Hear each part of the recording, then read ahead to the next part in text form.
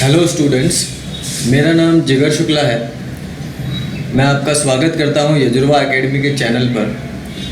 आज हम लोग 10th Maharashtra board full Hindi वालों के लिए चैप्टर 11 करने वाले हैं। चैप्टर का नाम है कृषक गान और इन्हें लिखने वाले जो कवि हैं उनका नाम है दिनेश भारद्वाज। ये एक कविता है हमारे देश के किसान के ऊपर कि किस तरह से किसान मेहनत करते हुए देश का भला करता है और वो उसकी जो व्यथा है, उसकी जो परेशानी है, उसकी जो ज़िंदगी के बारे में उन्होंने कितने अच्छे से इस कविता को बनाया है। इस कविता में उन्होंने एक कृषक की ज़िंदगी को कैसे ढाला है वो हम पढ़ने वाले हैं। चलिए तो फिर शुरू करते हैं आज की हम इस कविता को। हाथ में संतोष की तलवार ले जो उड़ रहा है, जगत में मधुमास उस पर सदा पतझर रहा है। दीनता अभिमान जिसका आज उस पर मान कर लो, उस कृषक का गान कर लो। लेखक कह रहे हैं कि जो जिसके हाथ में संतोष की तलवार है और फिर भी वो उड़ रहा है, यानी कि वो सेटिस्फाई रहता है, वो कंटेंट रहता है अपनी लाइफ से। जगत में मधुमास, यानी हर जगह जगत में जो है वो मधुमास है। मधुमास का मतलब है वैसे तो ऐसा महीना जिसके अंदर मधु जो है वो मधुमक्खियाँ बनाती है, लेकिन यहाँ पर उसका मतलब है कि सारे जगत के तो मज़े हैं, पूरी दुनिया के तो मज़े हैं, लेकिन उस पर हमेशा पतझड़ रहा है। पतझड़ रहने का मतलब है कि उसकी ज़िंदगी में हमेशा परेशानियाँ आई हैं। दीनता अभिमान जिसका, यानी गरीबी जो है वो उसका अभिमान है, यानी उसका प्राइड है। उसका जो गरीबी है उस पर उसको प्राउड है। आज उस पर मान कर लो, यानी उसके ऊपर आज मैं भी थोड़ा सा प्राउड फील कर लूँगा। उस कृषक का गान कर लो, यानी ऐसे किसान का मैं गीत गा दूँ। चूस कर श्रम रक्त जिसका, जगत में मधुरस बनाया। एक सी जिसको बनाई, सृजक ने भी धूप छाया। मनुजता के ध्वज तले आह्वान आज उसका कर लूँ, उस कृषक का गान कर लूँ। यानी जिसका श्रम रक्त चूस कर, जिसके मेहनत के खून को चूस करके इस दुनिया ने क्या बनाया है, मधुरस बनाया है। यानी दुनिया जो मज़े करती है वो कृषक के दम पर ही करती है ना, उसका खून चूस कर।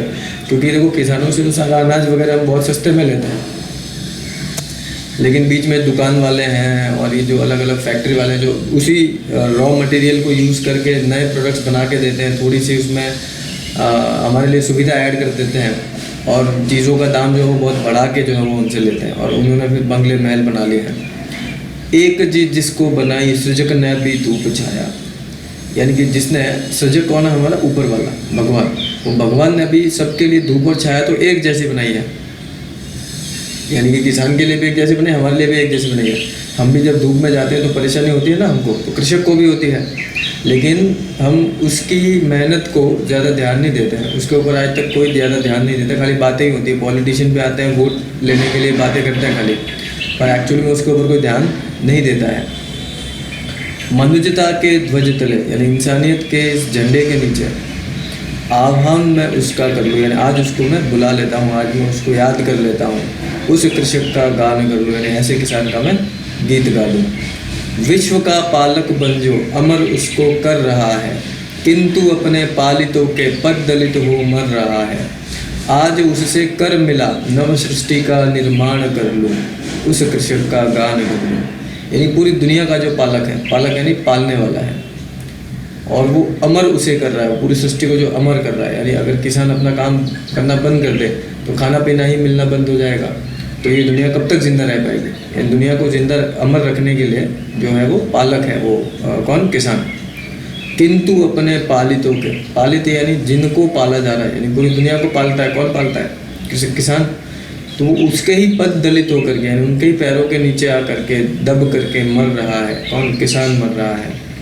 आज उससे कर मिला, यानी आज में उसे हाथ मिला कर मिलाना है, कर का मतलब हाथ भी होता है। नव सृष्टि का निर्माण कर लो, यानी एक नई दुनिया का जो है मैं निर्माण कर लेता हूँ। उस कृषक का गान कर लो, तो इस किसान के बारे में मैं गीत गा लेता हूँ। क्षीण निज बलहीन तन को पत्तियों से पालता जो, ऊसरों के खून से निज उर्वरा कर डालता जो।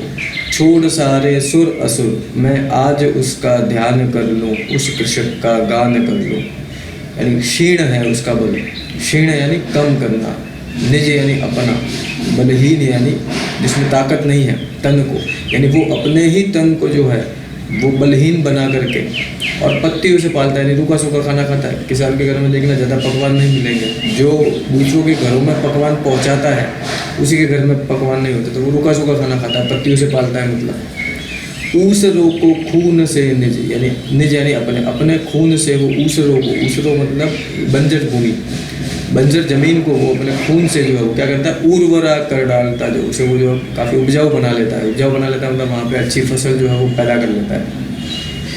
छोड़ सारे सुर असुर, ये अच्छाई और बुराई, सुर मतलब ऐसे देवता होता है और असुर मतलब राक्षस होता है, लेकिन यहाँ पर इसका मतलब अच्छाई और बुराई है। तो मैं सारी अच्छाई और बुराई को छोड़ करके मैं आज उसका ध्यान कर लूँ, यानी मैं आज उसे याद कर लूँ, उसके बारे में सोच लूँ, उस कृषक का गान कर लूँ।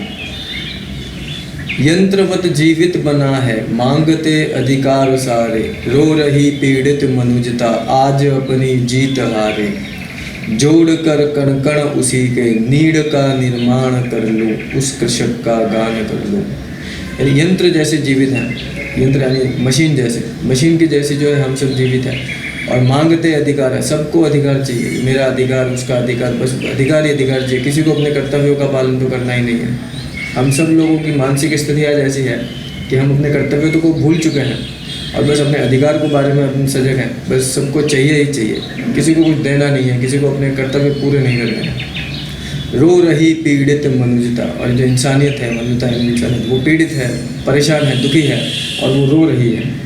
आज अपनी जीत हारे, यानी अपनी ही जीत और हार को लेकर के, यानी हम सिर्फ अपने बारे में सोचते हैं कि मैं जीता कि हारा, हम किसी और के बारे में सोचते नहीं हैं और इस चक्कर में जो इंसानियत है वो दुखी होकर के रो रही है। जोड़ कर कण कण उसी के, यानी मैं उस कण कण को जोड़ करके नीड़ का निर्माण कर लूँ। नीड़ का मतलब वैसे तो घोंसला होता है, लेकिन यहाँ पर एक ऐसा घर है, मैं एक ऐसा घर बना लूँ, उस कृषक का गान कर लूँ, ऐसे किसान का मैं गीत गा देता हूँ। चलिए, तो इसी के साथ ये पोएम हमारी ख़त्म होती है। आपको इस पोएम का सरल शब्दों में अर्थ लिखना है और अगर कुछ भी डाउट हो तो मुझे बताइए, कमेंट करिए या फिर व्हाट्सएप पे डालिए। शब्द संसार करना है, फिर सूचना और आकृतियाँ पूर्ण करो, पहला, दूसरा, तीसरा, फिर चौथा भी करना है, पांचवा। ये छठे में लिखा है कि प्रथम 4 पंक्तियों का भावार्थ लिखना है, लेकिन मैंने बोला पूरी कविता का ही लिखना है तुम्हें, तो ये नहीं करना है तुमको। फिर मुद्दों के आधार पर पद्य विश्लेषण करो, ये तुम्हारे सिलेबस में नहीं है अभी, इसको हटा दिया गया है, ठीक है। तो 7th वाले 6th और 7th नहीं करना। 6th मतलब पूरी पोएम का कर रहे हो तो फिर वापस से 6th को करने की जरूरत नहीं है।